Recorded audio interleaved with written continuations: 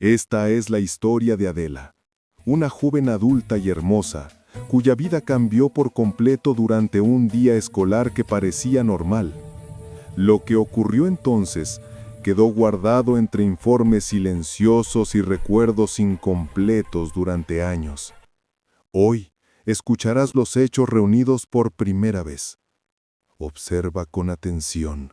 Cada detalle puede cambiar lo que creías saber sobre este caso. En un pequeño pueblo mexicano escondido entre colinas y caminos polvorientos, la vida avanzaba con una calma casi perfecta.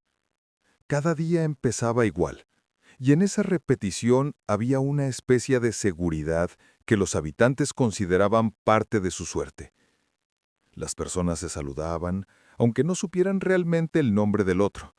Las puertas de las casas quedaban entreabiertas, como si no existiera temor ni secretos. Y los niños corrían por los senderos de tierra con la libertad de quienes creen que el tiempo no pasa. La escuela se alzaba sobre una pequeña loma, visible desde cualquier punto del pueblo, y para los vecinos era símbolo de orden y de algo casi sagrado.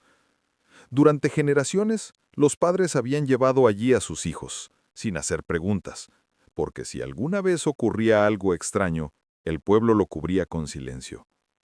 Aquí no gustaban de los cambios, y cuando la desgracia llegaba, trataban de esconderla en la rutina hasta que se desvaneciera como una sombra en la tarde.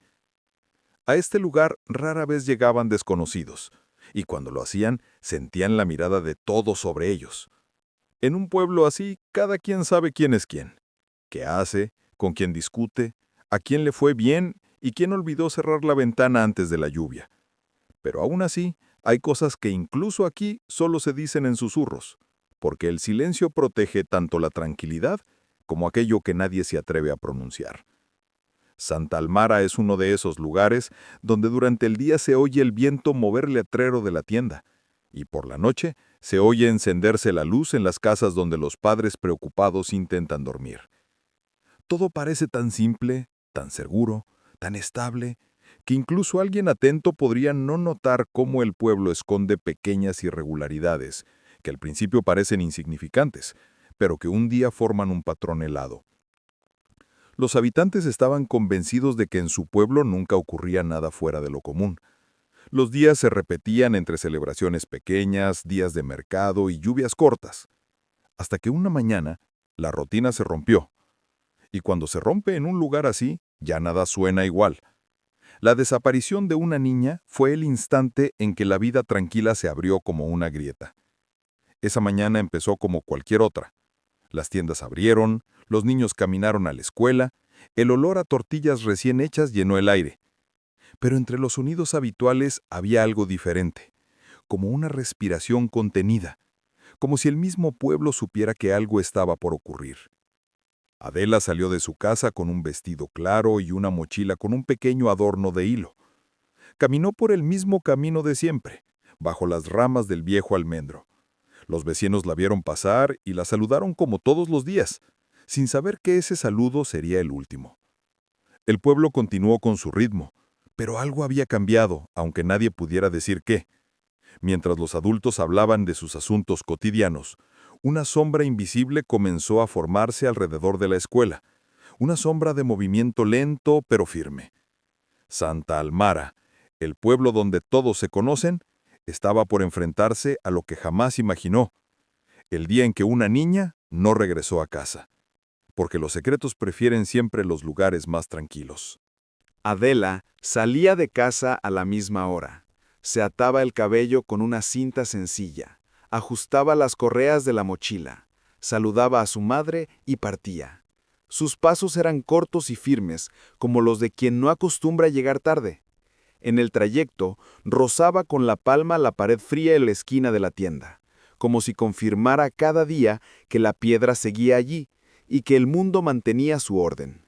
Le gustaba ese camino por 3 señales: el almendro del cruce, la ventana del zapatero y la baldosa agrietada junto a la reja de la escuela. En ellas había una estabilidad que no dependía de lo que dijeran los adultos. El pueblo conocía su ritmo. Los vecinos la reconocían por la sombra, por el pequeño adorno que se movía en su mochila, por la forma en que inclinaba la cabeza cuando oía la campana del primer turno. Los maestros decían que era tranquila, sus cuadernos limpios, su letra pareja, su voz sin exageraciones. Adela no discutía, no pedía, no buscaba preferencia. Hacía lo necesario y volvía. El camino se convirtió en su segundo nombre. Se tendía delante de ella como un hilo y cada tarde la traía de regreso. Ese año cambiaban a menudo los vigilantes de la puerta. Uno miraba a los niños con demasiada seriedad, otro se distraía con facilidad. En la sala de profesores se hablaba de falta de personal, de oficios del municipio, de cámaras que a veces funcionaban y a veces parpadeaban. Y se apagaban. Para Adela todo eso estaba cerca, pero no la tocaba. Lo importante era llegar por su senda, entrar al aula y sentarse a la izquierda junto a la ventana. Amaba la luz sobre la página, amaba el polvo suspendido que le recordaba el vapor de la mañana sobre la estufa. Ese día caminó también con su rutina. Llevaba en la mano una nota pequeña. Le había impedido dársela a la maestra. La nota estaba doblada en 4. En los dobleces quedaba harina. Su madre la había escrito en la cocina. El camino la recibió con sus ruidos conocidos. Las hojas del almendro temblaban apenas. La ventana del zapatero estaba entreabierta y olía a cuero. La baldosa agrietada seguía allí. Adela la cruzó como siempre e hizo una breve mirada al vidrio de la entrada. En el vidrio apareció su silueta y a su lado pasó otra sombra. Así sucede cuando alguien camina detrás y la luz corta en ángulo. La niña no se detuvo. Saludó al vigilante y entró. Las primeras clases pasaron sin novedades. El subdirector asomó. Alguien rió en ciencias. Alguien pidió agua. La vida escolar se estiró como un hilo y en su regularidad estaba esa calma que el pueblo ama. En el recreo Adela se lavó las manos y contó respiraciones. Así espantaba los nervios antes del dictado. Una compañera se acercó a preguntarle la tarea. Adela respondió breve y sonrió. Luego miró la puerta. En la puerta había una mujer con una capa clara. Hablaba con el vigilante y mostraba algo en la mano. Quizá un pase, quizá una carta. Adela volvió al aula. Dejó la nota sobre la mesa de la maestra y luego la guardó. Decidió entregarla después. Al final del día se levantaría y tomaría el mismo camino. Así lo pensó. Al terminar las clases, no salió enseguida. Ordenó los cuadernos con demasiado cuidado. La maestra dijo que revisaría las tareas mañana. La niña sintió. En el umbral del aula miró atrás como quien comprueba que no olvida nada. En la escalera había bullicio. Unos corrían, otros fingían prisa. En la entrada la lámpara seguía parpadeando, y el vidrio volvió a tomar su reflejo, pero por un instante el reflejo pareció más grande, como si otra persona probara su contorno. Esa sensación llega cuando te miras demasiado rápido. Adela no le dio importancia. Afuera, el sol se había vuelto suave. Las sombras del almendro cruzaban el suelo en diagonal. Ella ajustó la cinta, respiró hondo y partió. Sus pasos seguían el ritmo de siempre, aunque el aire ya tenía algo distinto. Un coche pasó más lento de lo habitual. El perro de la tienda no ladró, solo miró. El vecino con el periódico no levantó la vista, aunque siempre la levantaba. La niña pasó frente a la ventana del zapatero. La lámpara estaba encendida, pero el zapatero estaba de espaldas y no movía las manos. En el cruce se detuvo un instante. En el patio de la derecha alguien llamó en voz baja. La voz era de mujer, desconocida. Cortés, como quien pide una dirección. La niña giró la cabeza pero no vio a nadie. Dio 3 pasos más, respiró y en susurro repasó sus señales. Almendro, ventana, baldosa. Y sintió calma. No cambió su línea. No entró en el callejón. No giró hacia el ruido. Siguió como siempre y desapareció de todas las miradas que debían acompañarla. Más tarde dirán que dobló la esquina y se desvaneció. Dirán que nadie vio un coche, que nadie oyó pasos, que el encargado se distrajo 1 minuto, que la lámpara dejó de parpadear, que la cámara hizo un guiño y grabó el vacío. Pero eso será después. Por ahora su camino, el hilo más seguro del mundo, de pronto se tensó demasiado. Y el sonido de ese hilo, el pueblo lo oyó, pero no lo entendió. La desaparición de Adela se hizo evidente apenas una hora después de que terminaron las clases. Para ese momento, la mayoría de los niños ya habían llegado a sus casas. Los padres preparaban la cena y las primeras conversaciones llenaban la calle. Pero nadie podía decir con exactitud dónde la habían visto por última vez. Los maestros informaron que Adela salió entre las últimas, que guardó su cuaderno, tomó su lapicera y caminó hacia la salida con la tranquilidad de siempre. Su compañera de pupitre dijo que bajaron juntas las escaleras, pero que Adela se desvió hacia el lavamanos, aunque casi nunca iba allí. La compañera notó el gesto, pero no le dio importancia. Otro alumno afirmó que la vio junto a la puerta, como si esperara a alguien, pero perdió la atención un instante y ya no recordaba hacia dónde se dirigió. Según el vigilante, la niña salió por la puerta principal en el momento en que la lámpara dejó de parpadear. Sin embargo, él admitió que estaba hablando con una mujer que llevaba una capa clara y que pedía ver el libro de registros. El vigilante no pudo describir su rostro ni decir si era madre de algún alumno o empleada. Solo recordó que su voz era firme y tranquila, como si ya hubiera estado allí antes. Otro testigo, un alumno más pequeño, declaró que vio a Adela en la esquina del edificio. Ella parecía mirar una pared, y junto a ella había una figura, pero el niño no pudo decir si era alta, baja, joven o adulta. Anotaron su testimonio, pero luego dijeron que podía confundirse. Los maestros recordaron que por la mañana Adele estaba más concentrada de lo habitual, que escuchaba las explicaciones pero miraba varias veces la puerta aunque nadie entraba. En el recreo se quedó un largo rato junto a la ventana, observando el patio, como si esperara algo o intentara entender un detalle importante. Una maestra, la señora Linares, comentó que la niña se acercó a ella unas horas antes de desaparecer y parecía querer hacer una pregunta, pero retrocedió después de unos segundos y se marchó. Esto le pareció extraño, aunque no alarmante.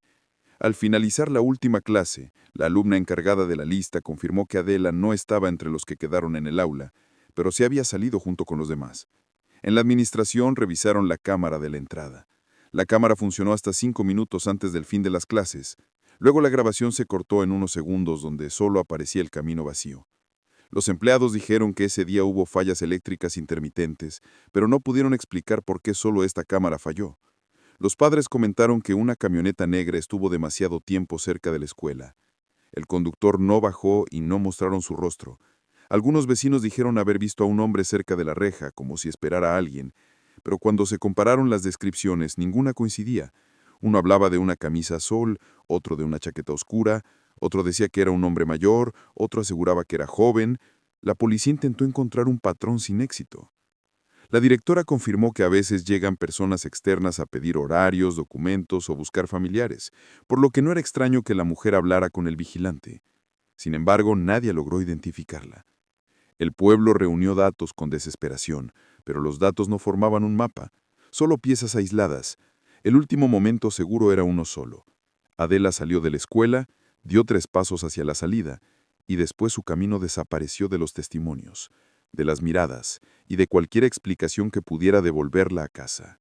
Cuando quedó claro que Adela no había regresado a casa, los padres comenzaron a buscarla por su cuenta. Primero recorrieron las calles cercanas, preguntaron a los vecinos y revisaron el patio de la escuela. Pero después de 40 minutos la madre no pudo contener la angustia. El padre, en cambio, se mostraba demasiado tranquilo, tanto que su actitud parecía fuera de lugar. Decía que la niña podía haberse retrasado, que muchos alumnos salían juntos y que no había razón para alarmarse tan pronto. La madre insistió en que Adela nunca se demoraba, que le daba miedo caminar sola al anochecer y que si no volvía a la hora correcta era porque algo había ocurrido. La policía llegó una hora después y notó de inmediato que el padre hablaba con demasiada calma. Tenía las manos en los bolsillos y evitaba mirar la entrada de la escuela. La madre, en cambio, hablaba entrecortado y repetía las mismas frases, como si intentara convencerse de que no estaba perdiendo detalles. Los vecinos informaron que el día anterior se había escuchado una fuerte discusión en la casa. Muchos oyeron a la madre pedirle al padre que hablara con los maestros, pero él se negó, diciendo que no había nada que cambiar. Más tarde la policía revisó la casa. En la habitación de Adela encontraron su cuaderno abierto con apuntes de biología, junto a 2 broches que solía usar. Todo daba la impresión de una niña que planeaba asistir a clases al día siguiente. Pero en la repisa inferior del escritorio descubrieron un sobre antiguo con un documento amarillento. Era un informe de una queja registrada 3 años antes. El documento mencionaba presión de alumnos mayores hacia Adela, pero la denuncia fue retirada al día siguiente. La firma de la retirada pertenecía al padre, que no mencionó este hecho durante el primer interrogatorio. Los investigadores anotaron que la denuncia había sido presentada por la madre, pero cancelada por el padre sin explicación. Otro documento hallado en la casa mostraba que 2 años atrás los padres intentaron cambiar a Adela de escuela, argumentando estrés académico, pero la directora de la otra institución afirmó que fueron los padres quienes cancelaron el proceso. La madre decía que cambió de idea, el padre que la escuela actual era adecuada. La policía registró esta contradicción. En la sala encontraron una caja con cuadernos escolares del padre y descubrieron que él había estudiado en la misma escuela a la que asistía Adela. La madre aseguró que no lo sabía. El padre respondió que no le pareció un detalle importante, pero los investigadores consideraron sospechoso que no mencionara este vínculo desde el inicio. Un vecino comentó que la semana anterior el padre llegó tarde con la ropa sucia de tierra húmeda y con un rasguño en el brazo. Él dijo que ayudaba a un amigo en un huerto, pero nadie lo vio allí esa noche. La madre, después de la desaparición, sostenía un pequeño brazalete de Adela y dijo que la niña nunca lo dejaba en casa.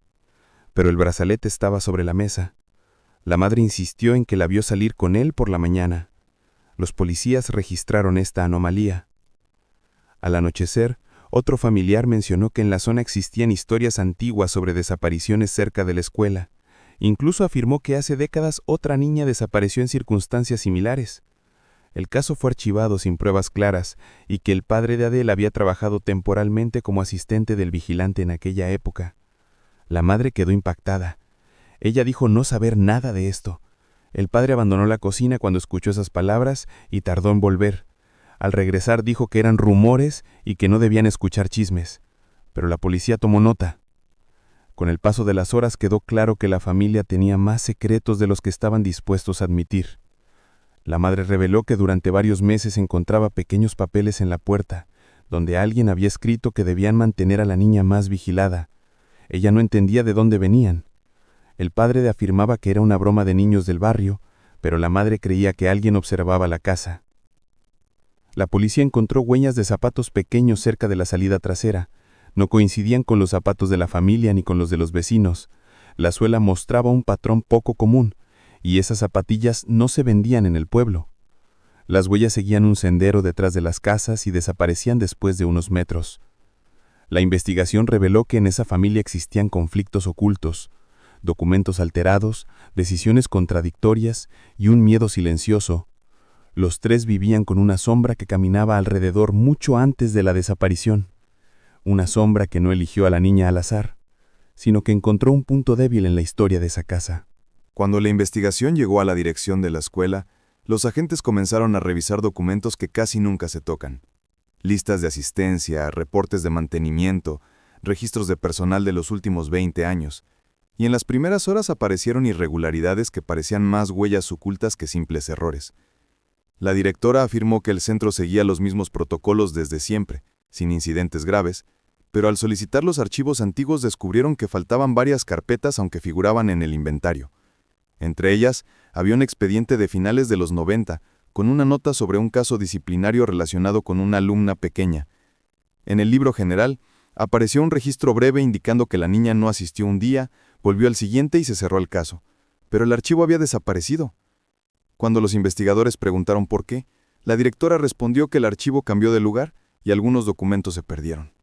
Pero esa explicación no convenció a la policía, porque en el mismo libro había otra marca, una auditoría de seguridad de 15 años atrás que mencionaba el sótano del edificio antiguo como zona restringida, señalando que la puerta estaba cerrada desde hacía años. Según documentos, la entrada estaba sellada. Sin embargo, al inspeccionar la zona encontraron señales de soldadura reciente de no más de un año, a pesar de que la directora juraba que nadie había bajado ahí desde la remodelación. Los planos del edificio revelaron otro detalle inquietante.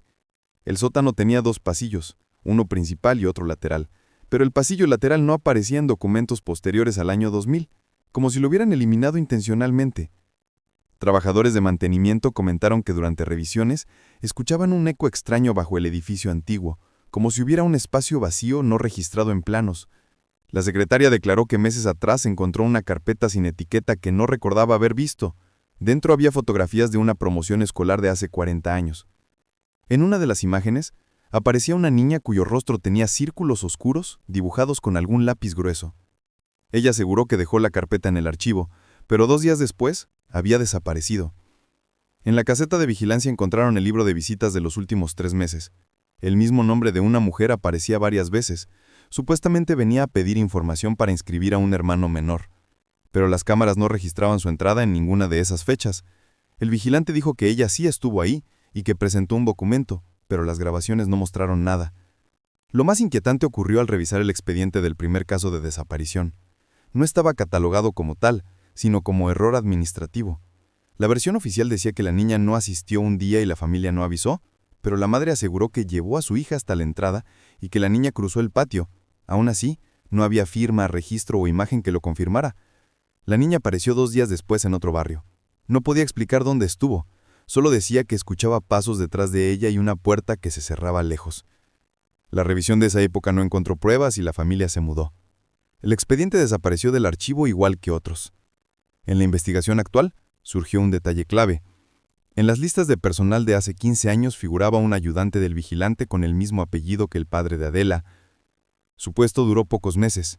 Luego desapareció de los registros y no se encontró ningún documento de renuncia. Él debería conocer el sótano y los corredores ocultos.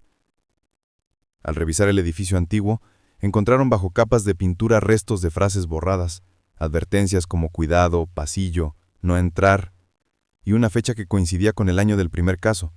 Las paredes tenían marcas como de uñas arrastradas, y el suelo tenía señales de oxidación de viejas estructuras metálicas. Pero el descubrimiento principal estaba junto al muro posterior. Una rejilla de ventilación que, según planos, debía estar cerrada, pero que había sido abierta recientemente. La falta de telarañas y las marcas de polvo removido indicaban que alguien había manipulado la rejilla. Al retirarla encontraron un corredor estrecho que terminaba en un fondo sin salida, pero en una baldosa había una marca pequeña de una suela infantil y restos de tela posiblemente de una mochila. La escuela negó cualquier relación con ese pasillo. Los ingenieros afirmaron que existía desde hacía décadas y simplemente fue omitido en los documentos recientes. La investigación cambió de rumbo. Ya no era un caso aislado, era un patrón.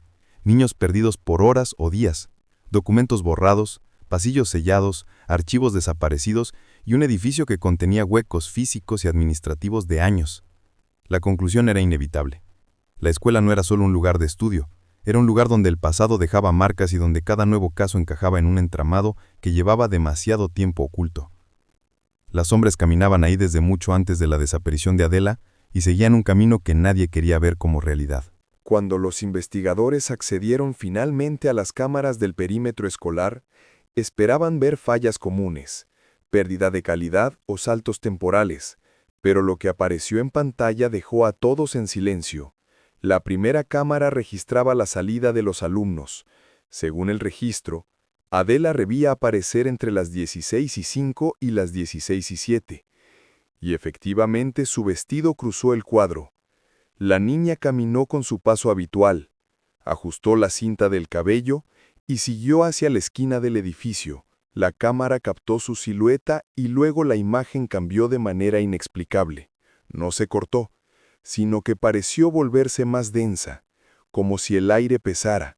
El fondo adquirió un tono oscuro que no correspondía a la sombra del árbol cuya dirección de luz iba en sentido contrario. Luego, la cámara avanzó al siguiente segmento y en él la niña ya no estaba. Se esperaba que su figura apareciera en la cámara 2, pero no ocurrió. El tiempo entre un cuadro y otro era inferior a 3 segundos, insuficiente para que se ocultara o retrocediera. La cámara 2 mostraba un pasillo vacío. Los expertos rebobinaron y ampliaron la imagen, pero el resultado no cambió. La niña desaparecía al borde de la pantalla y no volvía a aparecer.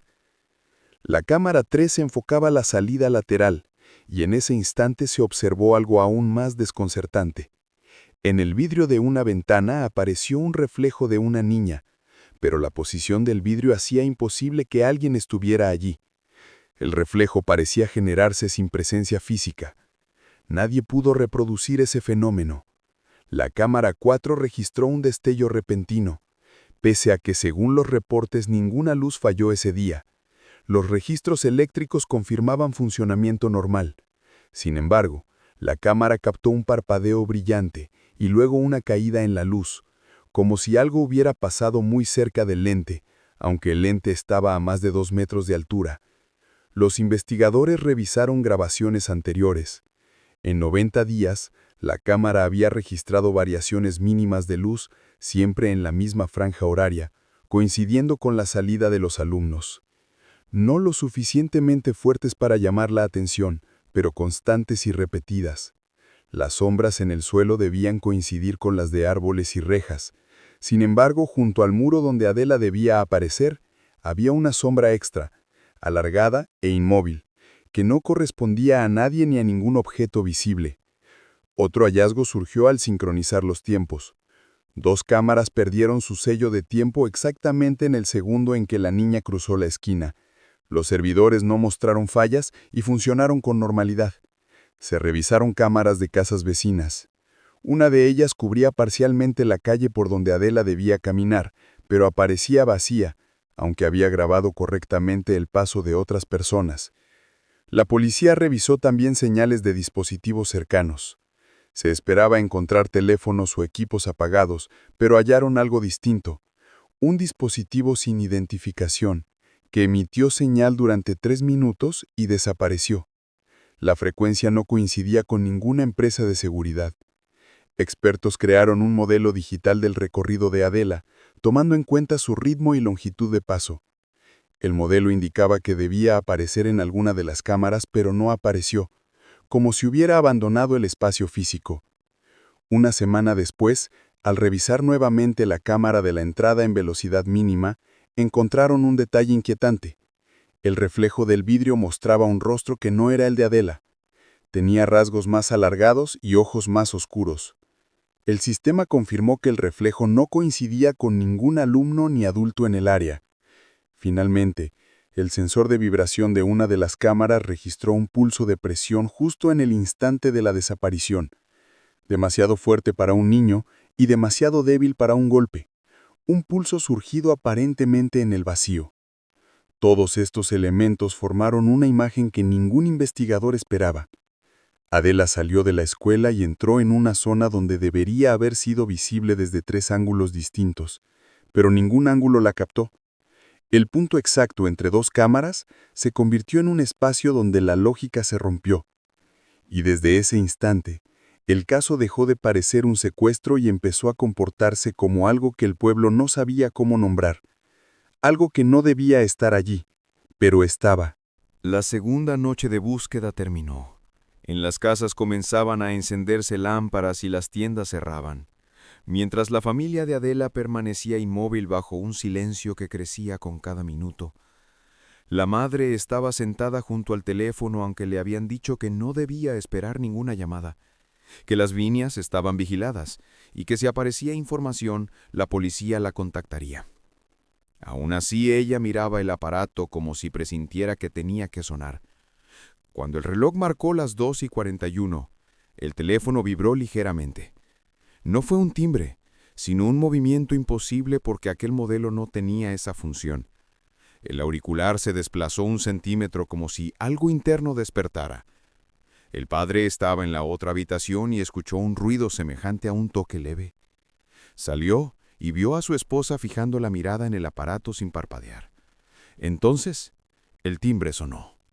Largo y lento, más apagado que un timbre normal, como si alguien lo activara manualmente desde muy lejos. Con la mano temblorosa, la madre levantó el auricular y escuchó ruido. No palabras, solo aire moviéndose, una respiración débil e irregular que se cortaba y regresaba. Después desapareció y comenzaron unos chasquidos, parecidos a gotas cayendo en un recipiente vacío. Luego llegó un sonido que quedó grabado en la memoria de la mujer. Era la voz de una niña, pero no la voz viva y cercana que había oído por la mañana, sino algo tenue y remoto, como si estuviera en un espacio amplio donde el eco devora las sílabas. La madre pronunció el nombre de su hija y escuchó 2 palabras casi inaudibles. No logró distinguirlas con claridad, pero sintió que eran un llamado directo. La línea se cortó sin zumbido ni interferencia, como si alguien hubiera apagado el sistema desde fuera. La policía llegó rápido y revisó el registro de llamadas. El operador confirmó que no existía ninguna entrada en ese minuto. Las líneas no mostraban actividad y el número de la familia no había participado en ningún enlace. También verificaron los teléfonos de los vecinos y las frecuencias cercanas sin encontrar señales. Los técnicos aseguraron que aquella llamada era imposible, que no podía existir sin un registro digital. Pero la llamada ocurrió. La madre insistía en ello con una seguridad que no dejaba espacio a dudas. Los investigadores revisaron los datos de la antena, buscando algún número oculto, pero no apareció ninguno. El aparato parecía haber sonado sin origen detectable. Mientras la madre intentaba recuperar la calma, la luz de noche, en la habitación contigua, se encendió sola a pesar de que el interruptor estaba apagado. La lámpara iluminó el cuarto durante 1 minuto y luego se apagó de nuevo. El oficial encargado anotó que no había fluctuaciones eléctricas. Los medidores indicaban estabilidad y ningún aparato podía encenderse por sí mismo. Más tarde instalaron instrumentos para detectar variaciones electromagnéticas y tampoco hallaron fallas. Aún así, el comportamiento del teléfono seguía sin explicación. La madre dijo que después de la llamada creyó escuchar un golpe suave en la ventana, pero al salir no vio a nadie. La calle estaba vacía, y el árbol permanecía inmóvil a pesar de que soplaba viento. El perro de un vecino aulló toda la noche y al amanecer se acostó frente a la casa como si vigilara. Los padres no lograban comprender el significado de la llamada, pero la madre aseguraba que la voz parecía una súplica, aunque no podía afirmarlo completamente. Los expertos intentaron reproducir una llamada falsa con equipos especiales, pero concluyeron que no había en la zona tecnología capaz de producir un fenómeno así. La policía revisó el sótano, el ático y el distribuidor telefónico sin encontrar dispositivos ocultos. Esa noche todo cambió para la familia. El padre no pudo dormir y sentía la mirada de alguien desde algún rincón de la habitación. La madre no se separó del teléfono esperando un segundo timbre, pero nunca llegó. Vecinos de ambos lados afirmaron haber visto una sombra frente a la casa, una silueta delgada e inmóvil que desapareció cuando intentaron acercarse. En la escuela las luces parpadearon, aunque estaban apagadas, y el sensor de movimiento del edificio antiguo registró actividad 3 veces sin detectar figura alguna. El último dato registrado esa noche fue la medición del sensor de temperatura instalado en el pasillo. La temperatura descendió 7 grados en 30 segundos y luego subió de nuevo. No hubo corriente de aire ni fallo en el sistema de calefacción. Todos estos eventos se integraron en un informe que no respondía a la pregunta principal. ¿Quién llamó? ¿De dónde salió la voz? ¿Y por qué los hechos posteriores a la desaparición de Adela ocurrían fuera de toda lógica? El oficial a cargo concluyó que a veces el primer hilo no aparece en el lugar donde se busca, sino en el lugar donde algo decide mostrarse. Y aquella llamada nocturna fue la primera señal de que el caso no estaba limitado al terreno escolar. Algo había salido de allí y había encontrado el camino hacia la casa de la niña. Cuando la búsqueda llegó al tercer día y el pueblo comenzó a sentir el peso del tiempo detenido, apareció en la comisaría una mujer de la que muchos ya no se acordaban. Su nombre era Rosa Mendoza y había enseñado en la escuela durante casi 40 años. Se retiró debido a su salud y al cansancio acumulado por décadas. Se sentó en el pasillo con las manos sobre su bolso como si temiera que alguien la enviara de vuelta a casa. Cuando el investigador se acercó para preguntarle qué necesitaba, ella levantó la vista con una expresión cargada de recuerdos que nadie más conocía y pidió hablar a solas. En una pequeña sala, abrió su bolso y sacó una carpeta antigua con bordes rotos y con una portada casi borrada, como si alguien hubiera intentado eliminar cualquier rastro del título. Ella dijo que esa carpeta había estado en su poder durante 25 años, que intentó entregarla a la directora muchas veces, pero la escuela se negaba a recibir documentos que no figuraban oficialmente. Los investigadores preguntaron de dónde sacó aquella carpeta. La voz de la maestra se volvió aún más baja. Explicó que la encontró después de que una niña desapareció por 2 días antes de volver sin poder explicar dónde estuvo. Aquel caso casi todos lo habían olvidado, pero ella recordaba cada detalle. La niña repetía una sola frase: «No bajes abajo, no bajes abajo», pero nadie entendió su significado. Los profesores pensaron que era un efecto del susto, pero la maestra vio polvo en sus piernas, polvo arcilloso que no existía en ninguna parte de la escuela salvo en los espacios subterráneos del edificio viejo. Espacios que, en teoría, estaban cerrados desde hacía años. Continuó contando que tiempo después desapareció otro alumno. Lo encontraron 6 horas más tarde al otro lado del pueblo. Estaba aterrorizado, cubierto de suciedad. Decía que escuchó pasos sobre su cabeza aunque estaba bajo tierra, y que veía una luz que no debía existir detrás de una puerta que no aparecía en los planos. Ese caso también fue cerrado sin explicación. Dentro de la carpeta había recortes de informes, listas de estudiantes que habían faltado sin motivos claros, copias de quejas escritas a mano por padres que hablaban de pasillos inexistentes y fotografías antiguas de corredores que mostraban marcas como si alguien hubiera intentado raspar las paredes desde dentro. Los investigadores preguntaron por qué no había denunciado antes, y la maestra respondió que sí lo había hecho, pero nadie quería escuchar. La directora decía que eran exageraciones, los vigilantes se reían, los padres preferían creer que sus hijos inventaban cosas. Ella habló de pasos nocturnos que escuchó mientras organizaba festivales escolares, pasos ligeros que parecían de un niño, aunque aseguraban que el suelo era de concreto sólido. Mencionó haber visto una línea de luz bajo una tabla que desapareció cuando se acercó. La carpeta contenía un dato más inquietante: una hoja de asistencia con una marca hecha 1 año antes de que una niña se matriculara oficialmente. La firma coincidía con la del vigilante que trabajó 15 años atrás, el mismo que había fallecido 3 años antes. La maestra dijo que la estructura de la escuela cambió muchas veces, pero el subsuelo no, que era como si nada pudiera alterar lo que estaba debajo. Recordó historias antiguas sobre túneles y pasadizos que existían antes de que se construyera la escuela. Sabía que varios niños hablaban de un pasillo oscuro, detrás de una puerta vieja, pero que esa puerta siempre estaba cerrada. La maestra advirtió que Adela no había desaparecido por accidente, que antes de desaparecer mostraba los mismos signos que los otros niños: inquietud, sensación constante de estar observada, fijación en puntos donde no había nada. El investigador preguntó por qué decidió venir justo ahora, y la mujer respondió que escuchó sobre la llamada nocturna. Dijo que eso significaba que el vínculo entre la niña y el lugar seguía activo, y que eso siempre indicaba un camino, hacia atrás o hacia adelante. Según ella, las llamadas solo ocurren cuando quien está al otro lado intenta mantener contacto, y dijo que eso había pasado 2 veces antes. Los investigadores quisieron saber más, pero ella no quiso continuar. Afirmó que la verdad siempre regresa al sitio donde fue alterada y que nada desaparece por completo, solo permanece sin ser encontrado. Cuando se levantó para irse, sus manos temblaban y su mirada parecía ver algo que no estaba en la habitación, algo más profundo, algo que llevaba demasiados años tratando de olvidar. Los investigadores se quedaron con la carpeta y entendieron por primera vez que el caso de Adela tenía raíces mucho más antiguas que su desaparición, raíces llenas de silencio que aquella maestra había cargado sola durante décadas.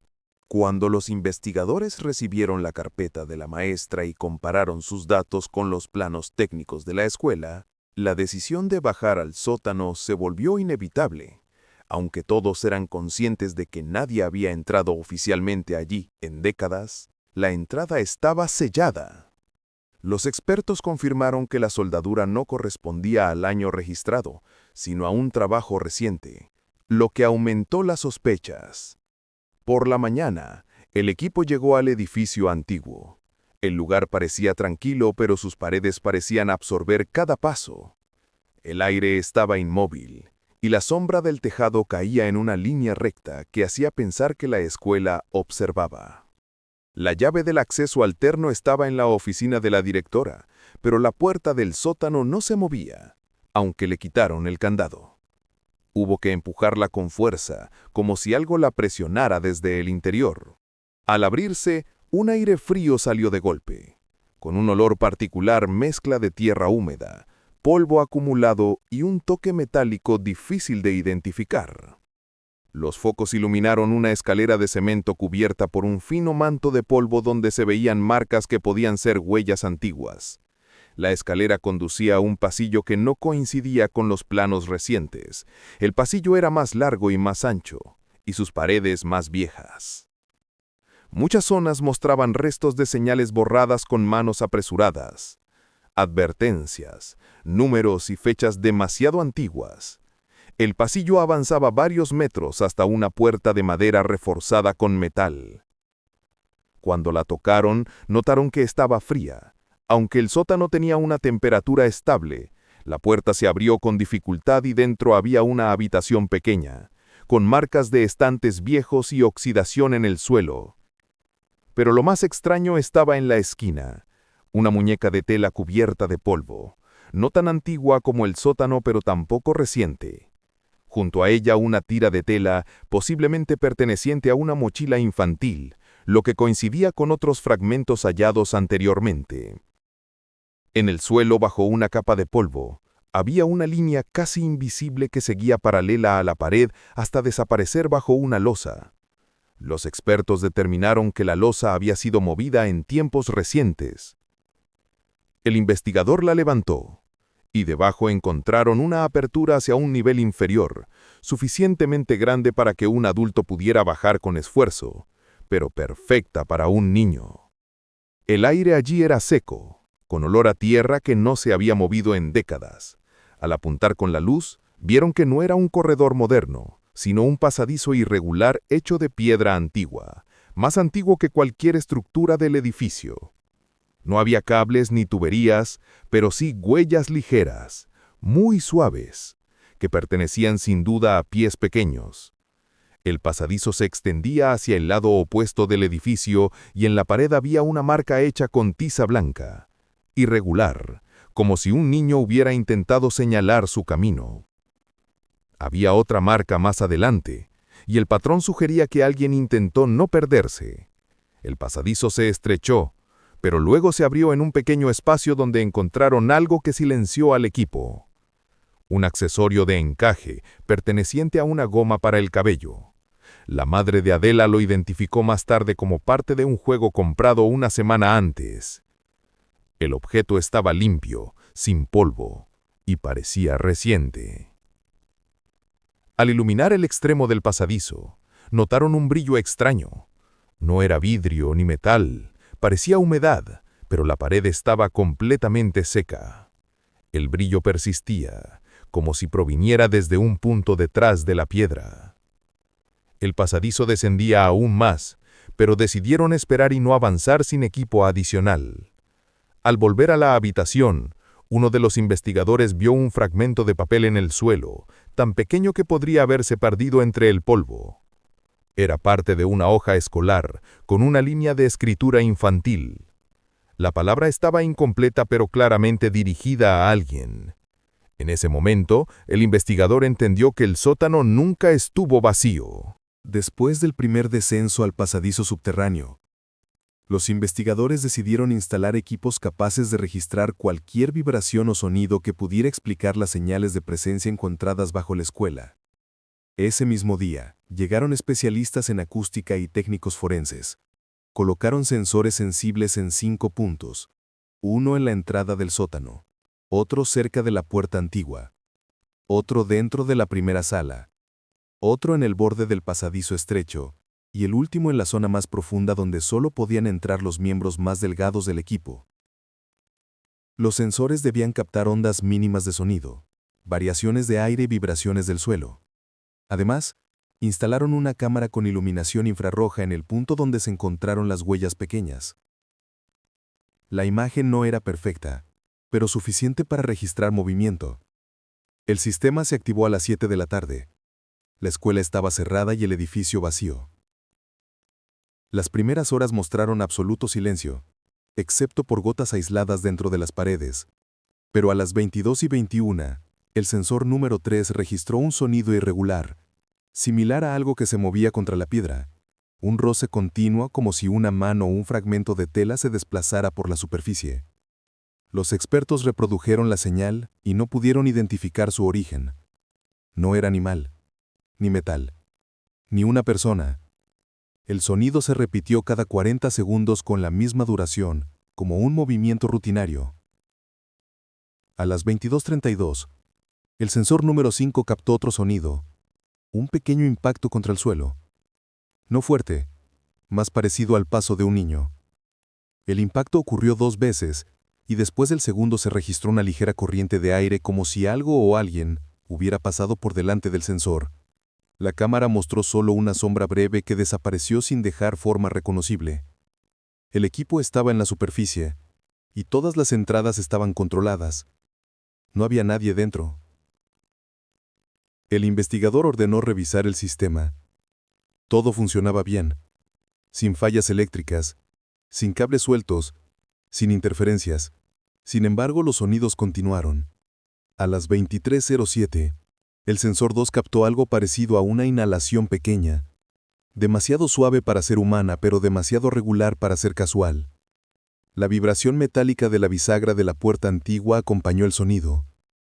Los instrumentos mostraron que no hubo variación en el ambiente. Aún así, la puerta vibró como si algo la hubiera tocado desde dentro. Un minuto después, otro sonido llegó desde el fondo del pasadizo.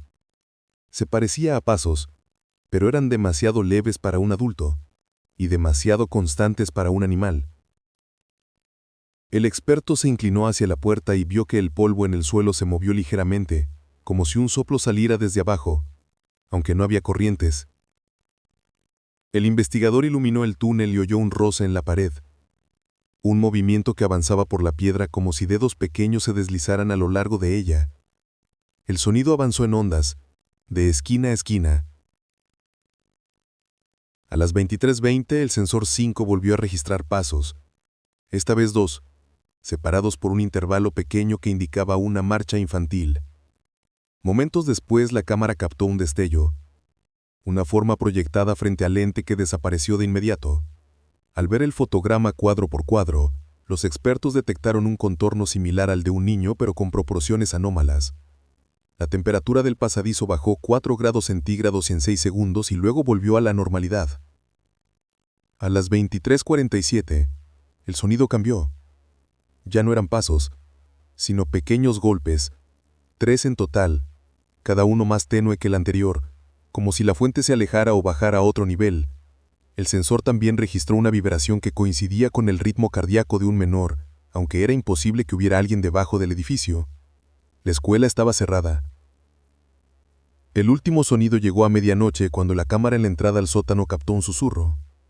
No palabras, solo un aliento tembloroso seguido de un eco leve que los especialistas describieron como una intención de comunicarse, pero que no lograron descifrar. Después todo se detuvo, y los sensores quedaron en silencio como si aquello que producía los sonidos se hubiera retirado. El informe final no ofrecía explicaciones, solo confirmaba que bajo la escuela algo se movía, algo que no pertenecía ni a un ser humano, ni a un animal, y que seguía un patrón desconocido que no coincidía con nada clasificable. Cuando los investigadores regresaron al nivel superior del pasadizo, encontraron marcas que no habían visto antes. No eran señales recientes, sino dibujos antiguos hechos con manos pequeñas. Estaban en las paredes cubiertas de polvo, y parecían haber sido trazados por niños que habían pasado por ahí en distintas épocas. Había decenas de ellos, algunos apenas visibles, otros más profundos. Todos repetían la misma imagen, una niña de pie junto a una figura alta sin rostro. No había detalles en la cabeza de la figura, solo un contorno oscuro. Los dibujos mostraban variaciones con los años, algunos temblorosos, como si el niño tuviera miedo, otros más precisos, y junto a varios de ellos aparecían frases escritas con letras infantiles. Él viene por nosotros. No lo mires. No salgas sola. Cuando preguntaron a la maestra Rosa sobre estas frases, ella se puso pálida y dijo que niños de diferentes generaciones describían a alguien que no aparecía en ningún registro, una sombra que caminaba en los pasadizos inferiores. Los investigadores comenzaron a revisar listas antiguas de personal, y fue entonces cuando hallaron el vínculo que la familia nunca mencionó, El nombre del padre de Adela figuraba como ayudante del vigilante 20 años atrás.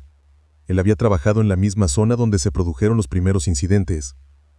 Los agentes le preguntaron directamente, y él negó haber ocultado algo, pero los documentos mostraban otra realidad. Él había estado presente durante la primera desaparición, había registrado su firma, y había participado en el sellado del pasadizo. Cuando le mostraron los dibujos, su expresión cambió. Reconoció la figura sin rostro. Dijo que los niños no mentían y que él también la había visto. Explicó que la escuela le pidió guardar silencio para no generar pánico, que le ordenaron firmar que todo había sido un error, pero que nunca creyó que lo que vio pudiera olvidarse. No explicó qué vio en detalle, solo dijo que no era una persona, y que esa presencia nunca se había ido, y cuando le preguntaron si eso tenía relación con la desaparición de su hija, él no respondió. Solo bajó la mirada como si entendiera que la verdad que ocultó tantos años ahora se volvía contra él y contra todos. Un mes después del regreso de Adela, la familia abandonó la ciudad. No se despidieron de nadie. Una mañana, la puerta de la casa quedó abierta y las ventanas vacías. Los vecinos contaron que el coche salió temprano, alrededor de las 6, y que en el asiento trasero la niña dormía apoyada en su madre. La policía cerró el caso con la nota de recuperación de estabilidad y necesidad de cambio de entorno. La casa fue sellada, pero semanas después, los jóvenes del barrio aseguraron que por las noches se veía de nuevo una luz en las ventanas, como si alguien caminara entre las habitaciones. Las clases en la escuela se reanudaron. El sótano permanecía cerrado con doble sello, y la directora firmaba cada tarde el registro de control. La vida del pueblo volvió lentamente a su rutina, hasta que 2 meses más tarde, desapareció un niño de 7 años en el barrio vecino. Caminaba de la escuela a casa por el mismo camino que Adela. Lo buscaron toda la noche y lo hallaron al amanecer en el mismo lugar, junto a la fuente. Estaba ileso, pero en silencio, con los ojos abiertos mirando al suelo. No respondía a las preguntas. En el hospital confirmaron que no tenía lesiones, pero su voz no regresó. La madre contó que por las noches se sienta en la cama mirando hacia la ventana, como si esperara a alguien. Una tarde, el viento entró por la puerta y dejó caer una hoja de papel. El niño se acercó y la miró. En la hoja estaba escrita con letra infantil la palabra camino, y la escritura era idéntica a la del papel encontrado en el bolsillo de Adela. Los peritos compararon ambas notas sin lograr explicar la coincidencia. Una semana después, la familia del niño también se marchó de la ciudad y la escuela volvió a cerrar sus puertas sin fecha de reapertura. Los habitantes evitan pasar frente al edificio antiguo, y en los archivos de la policía la última anotación del caso de Adela termina con una sola frase: si el camino ya eligió una casa, siempre regresará al lugar donde comenzó. Por la noche lo llevaron a la comisaría sin explicaciones largas. La puerta de la sala de interrogatorio se cerró con un silencio denso. Sobre la mesa colocaron una carpeta con sus firmas antiguas. Al lado pusieron listas de personal, copias de registros archivados, fotografías de los dibujos infantiles del sótano, y en la pantalla organizaron los videos de las cámaras. El investigador le pidió sentarse y quitarse el reloj para no distraerse. Había 3 personas en la sala, 2 tomaban notas en silencio y una conducía la conversación con pausa, como si contara cada palabra y cada respiración. Al principio preguntó por sus años en la escuela. El padre respondió con frases cortas. Confirmó turnos, habló de llaves, de puertas, de libros de paso, de rondas nocturnas. El investigador escuchó y asintió. Luego deslizó una hoja de asistencia con su firma junto a la fecha del primer caso. El hombre miró el papel y dijo que no recordaba, pero su mano tembló. El investigador no lo apuró. Le mostró la fotografía de la escalera, el plano de la sala con la muñeca y el trozo de tela. Después reprodujo el fragmento donde el reflejo de la entrada no coincide con el rostro de la niña. El padre se echó hacia atrás y cerró los ojos. Guardó silencio y al fin dijo que sí, que 20 años atrás bajaron al sótano porque escucharon pasos suaves y regulares, y que la directora pidió no asustar a nadie, no llamar a la policía y revisar por su cuenta. Dijo que la primera vez no encontraron nada, solo vacío, y que al día siguiente la niña apareció lejos de la escuela, y que a todos se les ordenó hablar de error administrativo. El investigador preguntó por qué aceptó.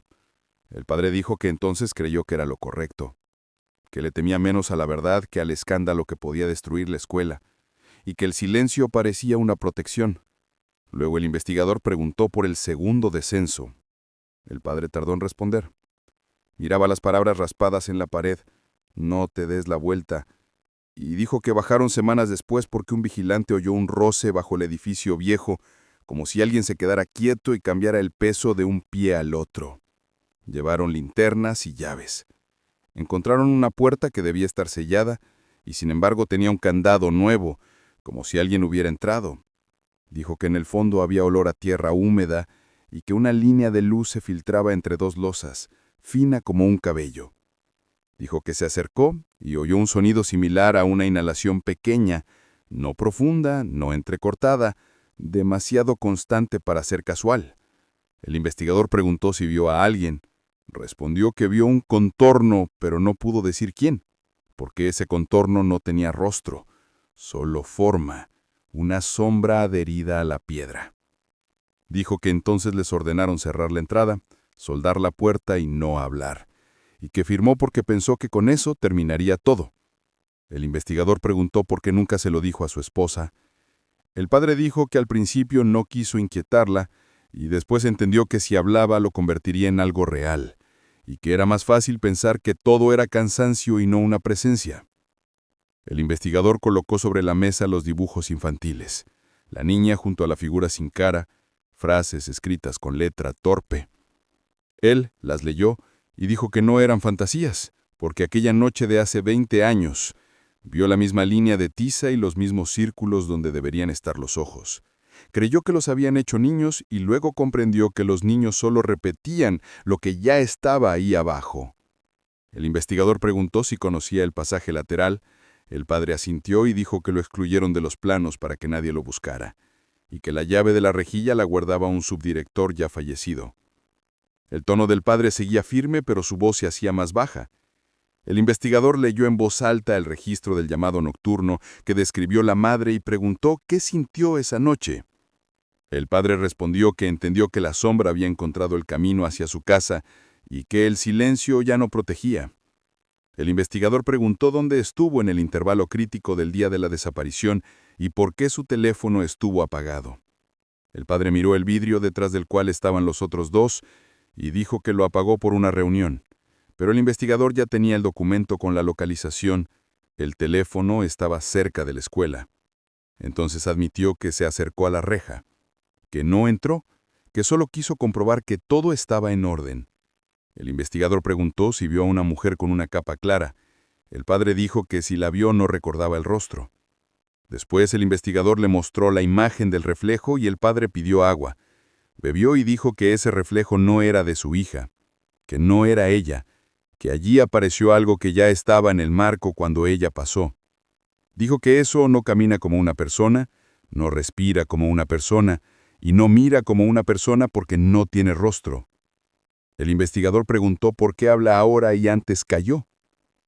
Él dijo que antes pensó que podía preservar el orden, y ahora entendió que no queda nada que preservar, porque cuando la sombra sale del sótano, no va hacia la escuela, va hacia las casas, y el silencio la fortalece. El investigador preguntó si volvió a ver esa figura después de aquellos años. El padre guardó silencio y luego dijo que sí, que una vez pasó junto al edificio viejo y oyó ese mismo aliento fino y regular, y que evitó mirar hacia la puerta. Dijo que desde entonces evitaba la escuela de noche, que trabajaba de día y que nunca llevó a su hija por esas escaleras, no por el desgaste de los peldaños, sino por lo que permanece cuando no hay gente. El investigador preguntó si conocía el camino al nivel inferior. El padre dijo que ese camino cambia, que a veces la losa se mueve fácil y otras queda pegada al suelo, y que una vez vio luz del otro lado como si alguien hubiera colocado una lámpara donde no podía verla. Dijo que en el fondo había olor a tierra húmeda y que una línea de luz se filtraba entre dos losas, fina como un cabello. Dijo que se acercó y oyó un sonido similar a una inhalación pequeña, no profunda, no entrecortada, demasiado constante para ser casual. El investigador preguntó si vio a alguien. Respondió que vio un contorno, pero no pudo decir quién, porque ese contorno no tenía rostro, solo forma, una sombra adherida a la piedra. Dijo que entonces les ordenaron cerrar la entrada, soldar la puerta y no hablar, y que firmó porque pensó que con eso terminaría todo. El investigador preguntó por qué nunca se lo dijo a su esposa. El padre dijo que al principio no quiso inquietarla, y después entendió que si hablaba lo convertiría en algo real, y que era más fácil pensar que todo era cansancio y no una presencia. El investigador colocó sobre la mesa los dibujos infantiles, la niña junto a la figura sin cara, frases escritas con letra torpe. Él las leyó y dijo que no eran fantasías, porque aquella noche de hace 20 años vio la misma línea de tiza y los mismos círculos donde deberían estar los ojos. Creyó que los habían hecho niños, y luego comprendió que los niños solo repetían lo que ya estaba ahí abajo. El investigador preguntó si conocía el pasaje lateral. El padre asintió y dijo que lo excluyeron de los planos para que nadie lo buscara, y que la llave de la rejilla la guardaba un subdirector ya fallecido. El tono del padre seguía firme, pero su voz se hacía más baja. El investigador leyó en voz alta el registro del llamado nocturno que describió la madre y preguntó qué sintió esa noche. El padre respondió que entendió que la sombra había encontrado el camino hacia su casa y que el silencio ya no protegía. El investigador preguntó dónde estuvo en el intervalo crítico del día de la desaparición y por qué su teléfono estuvo apagado. El padre miró el vidrio detrás del cual estaban los otros dos y dijo que lo apagó por una reunión. Pero el investigador ya tenía el documento con la localización, el teléfono estaba cerca de la escuela. Entonces admitió que se acercó a la reja, que no entró, que solo quiso comprobar que todo estaba en orden. El investigador preguntó si vio a una mujer con una capa clara. El padre dijo que si la vio no recordaba el rostro. Después el investigador le mostró la imagen del reflejo y el padre pidió agua.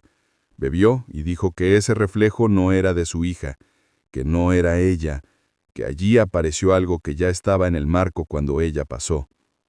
Dijo que eso no camina como una persona, no respira como una persona y no mira como una persona porque no tiene rostro.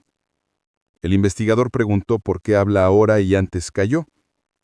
Él dijo que antes pensó que podía preservar el orden y ahora entendió que no queda nada que preservar, porque cuando la sombra sale del sótano no va hacia la escuela, va hacia las casas, y el silencio la fortalece. El investigador preguntó si volvió a ver esa figura después de aquellos años. El padre guardó silencio y luego dijo que sí, que una vez pasó junto al edificio viejo y oyó ese mismo aliento fino y regular, y que evitó mirar hacia la puerta. Dijo que desde entonces evitaba la escuela de noche, que trabajaba de día, y que nunca llevó a su hija por esas escaleras, no por el desgaste de los peldaños, sino por lo que permanece cuando no hay gente. El investigador preguntó si conocía el camino al nivel inferior. El padre dijo que ese camino cambia, que a veces la losa se mueve fácil y otras queda pegada al suelo, y que una vez vio luz del otro lado como si alguien hubiera colocado una lámpara donde no podía verla. Dijo que su principal miedo no era el vacío bajo la escuela, sino que ese vacío sabía devolver los pasos, y que si un niño se queda demasiado tiempo sus pasos ya no le pertenecen. Dijo eso y se calló. El investigador pidió que describiera la noche en que soldaron la puerta. El padre dijo que el metal vibraba aunque el martillo caía parejo, y que desde adentro venía una onda de aire apenas perceptible. Pensó entonces en la respiración, en esa respiración tan regular, y entendió que no estaban cerrando una habitación, estaban cerrando una presencia. El investigador preguntó si esa presencia puede seguir a un niño con... El padre levantó la mirada y dijo que sí. Si ese niño ve el reflejo, y el reflejo responde, entonces el camino se abre en las dos direcciones. Dijo que no sabe cómo detenerlo porque muchos años fingió que el camino no existía, y ahora ese camino llegó a su propia casa. Después, pidió llamar a su esposa. El investigador dijo que la llamada sería luego. La sala volvió a quedarse en silencio, y el reloj continuó marcando un tiempo que no se detiene. El mismo tiempo en el que él firmó creyendo cerrar un capítulo, cuando en realidad abría la página que ahora debía leer en voz alta. Al quinto día después de la desaparición, Adela regresó. Ocurrió a las 6:42 de la mañana, cuando el panadero levantaba las contraventanas y preparaba las bandejas.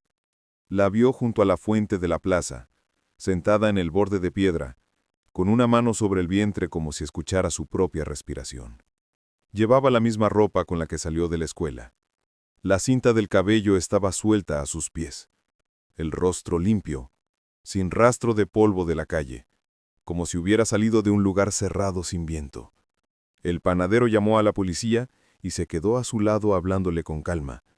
La niña respondió primero con una palabra y luego con una frase, pero su voz era tan baja que él no pudo entender. La patrulla llegó en 6 minutos y registró el estado inicial: piel a temperatura normal, pupilas reactivas, pulso estable, sin rasguños. Faltaba el brazalete habitual con la inicial en la muñeca. En el bolsillo de la falda encontraron un papel doblado en 4, una línea escolar arrancada de un cuaderno, con 2 trazos cortos que los peritos describirían después como el inicio de una palabra interrumpida, igual que en el pasadizo bajo la losa. Cuando la subieron al coche, no opuso resistencia. Miró por la ventana y repitió la misma petición: no bajar. En el hospital la examinaron 2 médicos, hicieron análisis y una ecografía para descartar lesiones. No hallaron alteraciones, pero en la clavícula apareció una marca mínima, como de un cordón fino, sin señal correspondiente en la ropa, como si algo rozara solo la piel. En el cabello encontraron un grano de polvo blanco que no era sal ni polvo de calle, sino tiza, la misma que dejaba líneas en el sótano y en las paredes. No había suciedad debajo de las uñas y las suelas estaban más limpias de lo esperado para las calles del barrio, lo que indicaba un tránsito sobre un suelo duro y seco. La madre entró después del examen y por primera vez en días no lloró. Tomó la mano de su hija y se quedó en silencio. La niña preguntó por el brazalete. La madre respondió que estaba en casa, que lo encontró por la mañana sobre la mesa frente al espejo, aunque la noche anterior no estaba allí. Esa contradicción se anotó en el acta. El investigador preguntó qué recordaba. Adela dijo a trozos que había oscuridad, no como la noche, sino como la profundidad, que el aire a veces se volvía frío como en el corredor de la escuela en temporada de lluvia, y que en ocasiones alguien respiraba muy cerca, no fuerte ni amenazante, pero cerca. Dijo que escuchó un roce, mano sobre piedra, como si alguien buscara una línea por la que avanzar. Dijo que vio una luz muy fina en una ranura en el suelo, y que la luz se hacía más clara cuando cerraba los ojos. El padre se quedó en la sala contigua sin entrar, firmó una declaración de colaboración y entregó un croquis del sótano que él mismo había dibujado años atrás. Cuando preguntaron si vio personas, Adela respondió que vio a una mujer con capa clara en la puerta, de pie como si no pudiera decidir si entrar o no. No la nombraba, no la oía hablar, solo la veía. Cuando le mostraron el fotograma donde el reflejo del vidrio no coincide con su rostro, desvió la mirada y dijo que no debían ver eso, que el reflejo no soporta las miradas, que se acerca si lo miras demasiado, y pidió apagar la pantalla. El psicólogo informó contacto conservado y sentido del tiempo estable, pero señaló que la niña describe el espacio como un sendero que cambia, una línea que a veces está y a veces no. El equipo de acústica reprodujo el susurro captado a medianoche, en la 10ª noche. Adela escuchó y asintió. Dijo que no era una voz sino una respiración que llama, y que deja de llamar cuando alguien contesta. Dijo que el teléfono esa noche sonó desde un sitio donde los teléfonos no existen, porque ahí no se ponen aparatos. Dijo que primero tuvo miedo y luego comprendió que no debía correr, sino escuchar. Y al preguntarle qué debía escuchar, respondió que los pasos que regresan. La llevaron a casa al caer la tarde. La puerta estaba abierta y la cocina encendida, aunque la madre aseguró haber apagado todo. En el espejo del cuarto de la niña había una línea fina de tiza, como en la pared del sótano. No era recta sino quebrada, como trazada con prisa. La madre la borró con una servilleta seca, pero 1 hora después volvió a aparecer más tenue. Los peritos recomendaron no tocarla y vigilar.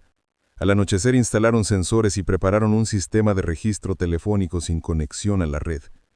La niña durmió junto a la madre y el padre descansó en una silla del pasillo. A las 3, Adela despertó y dijo que la luz de la ranura ya no llamaba, que ahora había que salir al patio. Salieron, el patio estaba en calma y la farola del portón brillaba estable. El perro del vecino estaba tumbado y no aullaba como la noche anterior. En el umbral, encontraron una hoja escolar caída con una sola palabra escrita: regresé. La letra no parecía infantil ni adulta. Letras exactas, demasiado perfectas. El investigador ordenó esperar al amanecer y no actuar. Por la mañana, la directora envió el aviso de cierre temporal del edificio antiguo. El sótano se selló con una segunda barrera y el pasadizo bajo la losa se cubrió con un marco metálico. La maestra Rosa entregó un nuevo sobre con fotos. En 2 imágenes aparecían dibujos que antes no habían visto: la niña y la figura sin rostro. Pero ahora la figura tenía una curva apenas visible donde debía estar la cabeza, como un gesto de inclinación. Nadie quiso concluir nada. El padre redactó una segunda declaración. Dijo que 2 noches antes oyó el mismo aliento junto a la escuela al salir del interrogatorio y que no se atrevió a girar. Ese día Adela pidió un cuaderno y dibujó una línea que baja y luego sube. Colocó 2 puntos a un lado y dijo que debían ser 2, porque si solo hay uno, el camino se vuelve ajeno. Por la tarde, los analistas de video hallaron en una cámara de la plaza un fotograma en el que la niña aparece como saliendo de la sombra de un árbol. Pero la sombra en ese minuto caía hacia el lado contrario. Lo registraron como anomalía óptica. Al cierre de la jornada, el psicólogo escribió que la niña presenta daño aparente, pero evita decir la palabra sótano y la sustituye por abajo. Evita mirarse al espejo más de unos segundos. Cuando le pidieron contar cómo encontró el camino de vuelta, dijo que el camino no era suyo, que el camino llegó a ella, y que cuando el camino llega hay que seguir la respiración y no la luz, porque la luz llama hacia abajo y la respiración conduce hacia arriba. El reporte terminó con una frase que luego sería central: la niña volvió, pero aquello que la trajo se quedó abajo. Y si abajo no hay nadie, encontrará la ruta hasta el lugar donde alguien vuelva a mirar el reflejo durante demasiado tiempo. Un mes después del regreso de Adela, la familia abandonó la ciudad. No se despidieron de nadie. Una mañana, la puerta de la casa quedó abierta y las ventanas vacías. Los vecinos contaron que el coche salió temprano, alrededor de las 6, y que en el asiento trasero la niña dormía apoyada en su madre. La policía cerró el caso con la nota de recuperación de estabilidad y necesidad de cambio de entorno.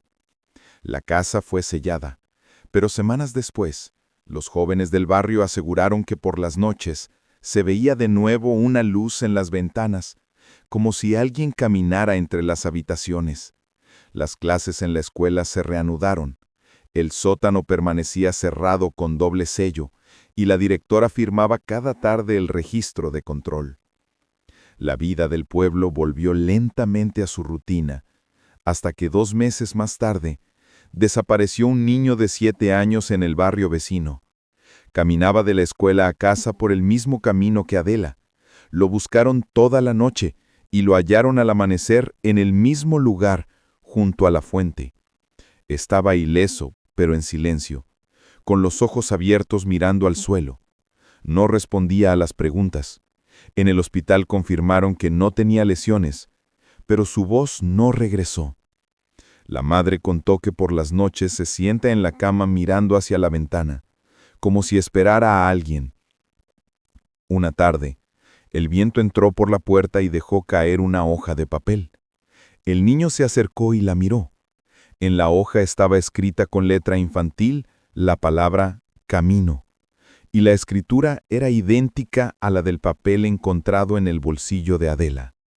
Los peritos compararon ambas notas sin lograr explicar la coincidencia. Una semana después, la familia del niño también se marchó de la ciudad y la escuela volvió a cerrar sus puertas sin fecha de reapertura. Los habitantes evitan pasar frente al edificio antiguo, y en los archivos de la policía la última anotación del caso de Adela termina con una sola frase: si el camino ya eligió una casa, siempre regresará al lugar donde comenzó.